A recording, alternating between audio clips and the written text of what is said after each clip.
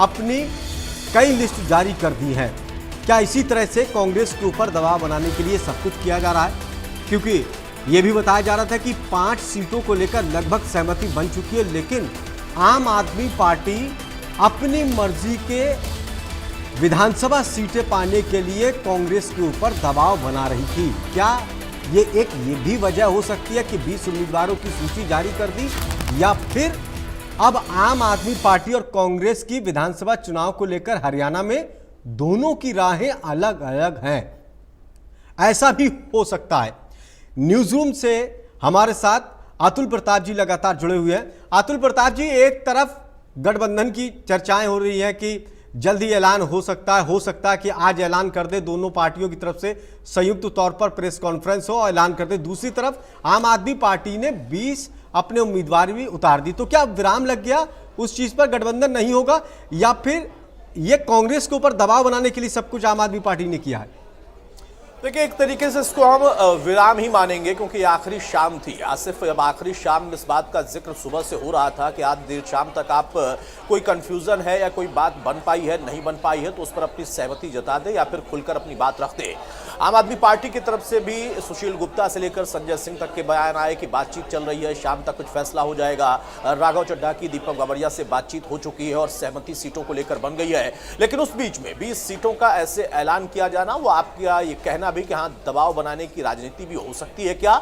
लेकिन जहां तक है कि फिलहाल ये विराम वाली खबर है, आम आदमी पार्टी को भी एहसास है कि कांग्रेस, खासतौर से हरियाणा कांग्रेस, मैं पूरे देश वाली कांग्रेस यानी उस पार्टी की बात नहीं कर रहा हूं, हरियाणा कांग्रेस इस बात के लिए सहमत नहीं थी, और ये असहमति आज से नहीं, बहुत पहले से थी।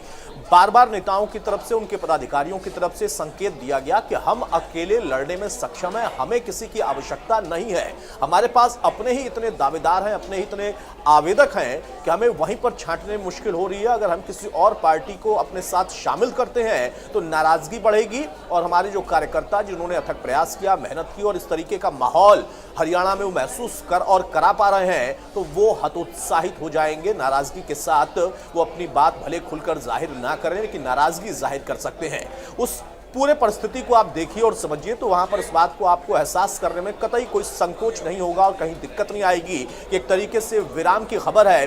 20 अपने कैंडिडेट्स का ऐलान करना, शाम तक का इंतजार करने की बात कहकर ये संकेत आम आदमी पार्टी दे रही है कि बात नहीं बनी है। आसिफ, बिल्कुल लगता है कि अतुल प्रताप जी के आम आदमी पार्टी और कांग्रेस के बीच में सीटों के बंटवारे को लेकर कहीं पेच फंसा। आपको क्या लगता है कि दोनों पार्टियों के बीच में जो गठबंधन नहीं हुआ, उसके पीछे की क्या वजह है?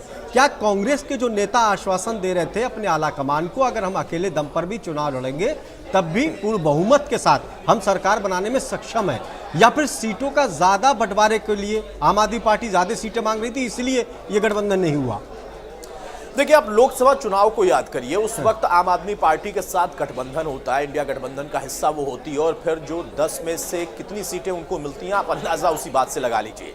लेकिन विधानसभा में आपके पास 90 सीटें, और 90 में अगर आम आदमी पार्टी 10 सीटें भी मांग रही है, तो क्यों आखिर कांग्रेस उस पर राजी नहीं हुई? उसका कारण है, वो कहते हैं कि हम अकेले अपनी इतनी सीटें लाने में सक्षम हैं कि हम बहुमत से कहीं आगे हैं, और वहां पर अगर आम आदमी पार्टी की 1 या 2 सीटें कहीं से वो जीत जाते हैं, कांग्रेस समर्थन थे, तो उनकी हिस्सेदारी मांगेंगे वो उस परसेंटेज के हिसाब से बड़ी हिस्सेदारी हो जाएगी कि एक पार्टी अपने दम पर पूरा चुनाव लड़ने में सक्षम है। वो कह रही है कि लहर है हमारी, बड़ा परिवर्तन हरियाणा की जनता करने जा रही है। उस बीच में अगर कोई ऐसी पार्टी जो कि अभी तक अपना जनाधार बहुत खास नहीं बना पाई है, हरियाणा के क्षेत्र में अगर देखें, वहां पर अगर वो कुछ सीटें 8 से 10 सीटें अगर लेती है, उसके बाद उसमें से 1-2 सीट भी निकाल लेती है कांग्रेस के समर्थन से, तो वो दावा बड़ा कर देंगे। हालांकि उसका बहुत असर नहीं पड़ेगा, लेकिन वो हिस्सेदारी देने में हरियाणा कांग्रेस संकोच कर रही थी। और तभी जो वार्ता का दौर था, वो कई बार हमने देखा कि चलता रहा, कई दौर की वार्ता हुई, बहुत सारे बयानबाजी और आरोप प्रत्यारोप या दबाव की भी चर्चाएं हमने सुनी। लेकिन आज सुबह से जब हम बयान सुन रहे थे, तो उसमें इस बात का जिक्र हो रहा था कि देर शाम तक फाइनल हो जाएगा कि आपके साथ हिस्सा बनना है या नहीं बनना है। अब जब आम आदमी पार्टी ने ये अपनी तरफ से लिस्ट जारी कर दी है, तो वहां से एक संकेत पूर्ण विराम का ही दिखाई देता है। बिल्कुल, ये भी कहा जा रहा था कि कल जो बैठक हुई है राघव चड्ढा और दीपक बावरिया के बीच में बड़ी सकारात्मक रही और लगभग 5 सीटों को लेकर आम आदमी पार्टी के बीच में सहमति होगी, इस तरह की खबरें भी आ रही थी। दीपक शर्मा ब्यूरो चीफ हरियाणा हमारे साथ जुड़ गए दिल्ली से।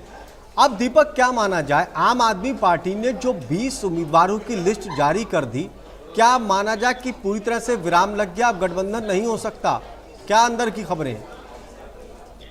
जी बिल्कुल, ये लिस्ट ही सीधे तौर से गठबंधन की चर्चाओं पर विराम को लेकर के है। आपको कारण भी बताना चाहेंगे। कारण क्योंकि चर्चाएं तो लंबे समय से थी, मांग भी सीटों की ज्यादा की गई थी आम आदमी पार्टी की तरफ से। लास्ट में एक आधार रखा गया कि एक लोकसभा सीट पर चुनाव लड़े हैं तो कम से कम उस हिसाब से एक लोकसभा में 9 विधानसभाएं होती हैं, इतनी हो। लास्ट में चर्चा अटकी 6 सीटों को लेकर के। 6 सीटें आम आदमी पार्टी को कांग्रेस देने के लिए तैयार हो गई थी, लेकिन जो 6 सीटें थी, आंकड़ा तो हो गया था, सीटें को लेकर के अभी भी स्थिति स्पष्ट नहीं हो रही थी। इन 6 सीटों में एक गुरुग्राम की सीट थी। गुरुग्राम की सीट आम आदमी पार्टी चाहती थी कि उनके हिस्से में रहे, लेकिन अगर बात करें कांग्रेस की तरफ से, कल ही उम्मीदवार का ऐलान कर दिया गया है उस पर ही, एक दिन पहले मोहित ग्रोवर को। उसके बाद 5 सीटों को लेकर के था कि अब ये 5 सीटें आम आदमी पार्टी को दी जाएंगी और 5 सीटों पर भी, लेकिन सीट की स्थिति को लेकर असमंजस थी। हम सबसे बड़ी असमंजस की स्थिति की बात करें, 2 सीटें ऐसी थी। एक कलायत थी, कलायत जहां से अनुराग ढांडा चुनाव लड़ना चाहते थे और अब आम आदमी पार्टी ने वहां से उन्हें अपना उम्मीदवार भी बनाया है। लेकिन दूसरी तरफ कांग्रेस से बात की जाए तो भूपेंद्र सिंह हुड्डा अपने सहयोगी जो कि सांसद हैं हिसार के जयप्रकाश, उनके बेटे को उस कलायत से चुनाव लड़ाना चाहते थे। दूसरी तरफ रणदीप सिंह सुरजेवाला भी कैथल और कलायत के लिए अपने बेटे के लिए प्रयास कर रहे थे। तो उस सीट को लेकर के भी स्थिति स्पष्ट नहीं हो रही थी। कलायत की सीट को लेकर के स्थिति स्पष्ट नहीं हो रही थी।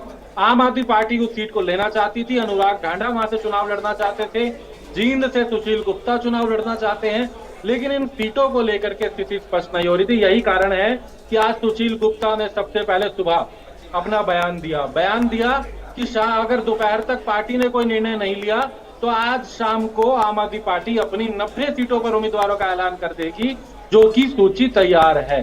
शाम तक का तो इंतजार नहीं हुआ, दोपहर को ही 20 सीटों पर उम्मीदवारों के नामों का ऐलान कर दिया है।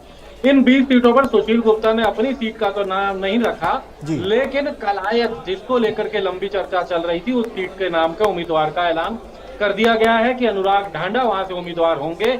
और ये साथ ही साथ कहें कि जो चर्चाएं थी, गठबंधन की जो बातचीत थी, क्योंकि गठबंधन 5 सीटों को लेकर के था और 20 सीटों पर आम आदमी पार्टी ने अपने उम्मीदवारों का ऐलान कर दिया, तो ऐसे में इन तमाम चर्चाओं पर विराम लगा दिया है। अब तमाम चर्चाओं पर कह सकते हैं कि विराम गठबंधन को लेकर लग सकता है। अतुल जी, आपके पास आऊंगा, लेकिन उससे पहले एक सवाल दीपक जी से कि दीपक जी, क्या लगता है अब जो दोनों के बीच में चर्चा हो रही थी गठबंधन को लेकर, तो क्या अब कांग्रेस को यह लग रहा था कि अगर हम आम आदमी पार्टी को सीटें देंगे तो फिर कांग्रेस में भी नेता नाराज हो सकते हैं अगर उनको टिकट नहीं मिला? तो ऐसा ना हो दूसरे दलों में जैसे नेता छोड़कर पार्टी जा रहे हैं, कांग्रेस में भी इसी तरह के हालात हो जिसका असर चुनाव को लेकर पड़े।